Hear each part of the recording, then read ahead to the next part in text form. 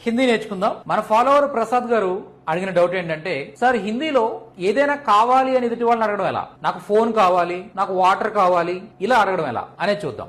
కావాలి అని అడగడానికి చాహియే అంటాం హిందీలో. చాహియే కావాలి. నాకు ఫోన్ కావాలి, ముఝే ఫోన్ చాహియే. ముఝే నాకు ఫోన్ చాహియే కావాలి, నాకు ఫోన్ కావాలి. ఈ ఫోన్ ప్లేస్ లో మీరు ఏదైనా ప్లేస్ చేయొచ్చు అనమాట. అంటే ముझे కార్ చాహియే, ముझे బైక్ చాహియే, ఇలా. ముझे ఫోన్ నహీ చాహియే, నహీ యాడ్ చేస్తే ఏమవుతుందంటే వద్దు అని అర్థం వస్తుంది అనమాట. నహీ చాహియే అంటే వద్దు అని అర్థం.